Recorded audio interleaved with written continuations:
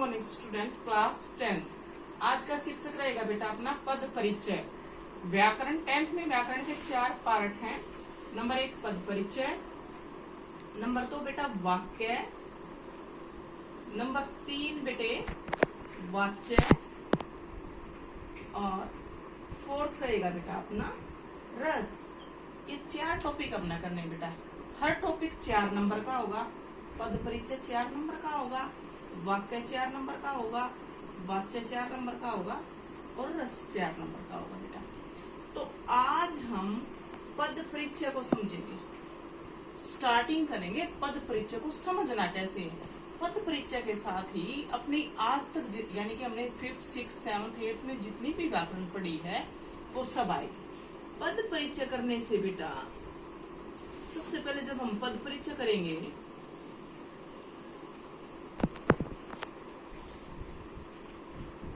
पद परिचय में बेटा हमने समझना क्या होगा, किसी भी अक्षर का पद, किसी भी पद का परिचय देना, किसी भी शब्द का किसी भी पद का परिचय देना।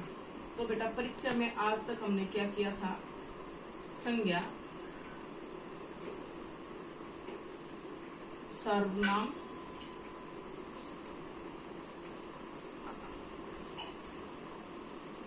विशेषण, उसके बाद हमने किया था कारक, काल, क्रिया,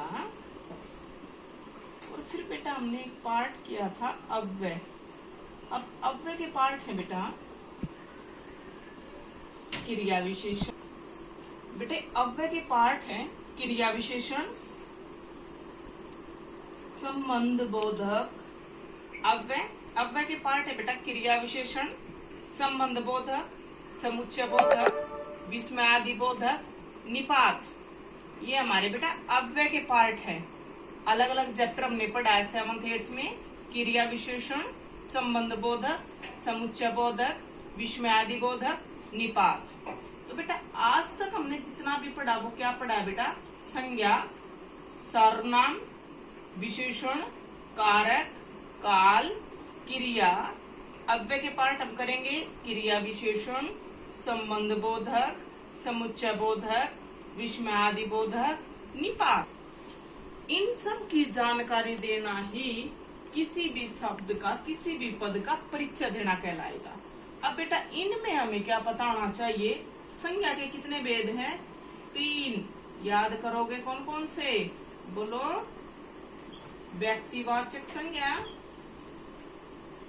जातिवाचक, उसके बाद कौन सी बेटा, भाववाचक। इसके बाद ऐसे ही सर्वनाम में 5 भेद, पुरुषवाचक, निश्चयवाचक, अनिश्चयवाचक, निजवाचक, संबंधवाचक, प्रश्नवाचक। इन्हें याद करोगे। विशेषण 4, गुणवाचक, परिमाणवाचक, संख्यावाची और सार्वनामिक विशेषण, जिसे हम सार्वनामिक या सांकेतिक विशेषण भी कहते हैं। कारक की 8वीं विभक्ति थी बेटा, कर्ता ने क्रम को करण से संप्रदान के लिए 8वीं विभक्ति याद करोगे। काल में हम तीनों याद करेंगे, भूतकाल, वर्तमान काल, भविष्य काल।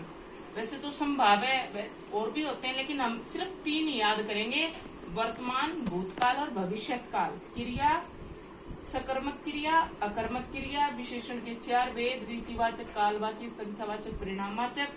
संबंध बोधक के, साथ के, मारे के, आगे के, पीछे संबंध बोधक। समुच्चय बोधक की, अथवा, लेकिन, किंतु, परंतु। विस्मयादि बोधक है, अरे, हाय। और निपात होते बेटे, ये चैप्टर आपने कम पढ़ा होगा, कम बुक में आता है। निपात 6 अक्षर, जिसमें 6 अक्षर दिए, 6 शब्द दिए गए हो, ही, भी, तो, भर, मात्र, केवल। अब इसके उदाहरण समझो, ये कम पढ़ा होगा तुमने। मुझे तो 2 रुपए ही चाहिए। मैंने वाक्य लिखा, मुझे 2 रुपए ही चाहिए। मैंने एक वाक्य लिखा, तो बेटा जब अगर मुझे अंडरलाइन दे दिया ही पे और ही का अगर मुझे पद परिचय देना हो तो ही सबसे पहले निपात कहलाएगा। ही अगर ऐसे ही वाक्य में भी आ जाए, मैं 2 रोटी ही खाऊंगी या मैं दो रोटी और भी खा लूंगा, तो भी आया है जो वाक्य में भी निपात है। भर आज मेरा 2 रोटी में ही पेट भर जाएगा, यानी कि भर जो है वो निपात है। मुझे केवल 2 रुपए चाहिए, मुझे मात्र 5 रुपया चाहिए। ये सब बेटा जब वाक्य में आते हैं, ये 6 ही शब्द है, ही, भी, तो, भर, मात्र, केवल, ये हमारे निपात कहलाते हैं।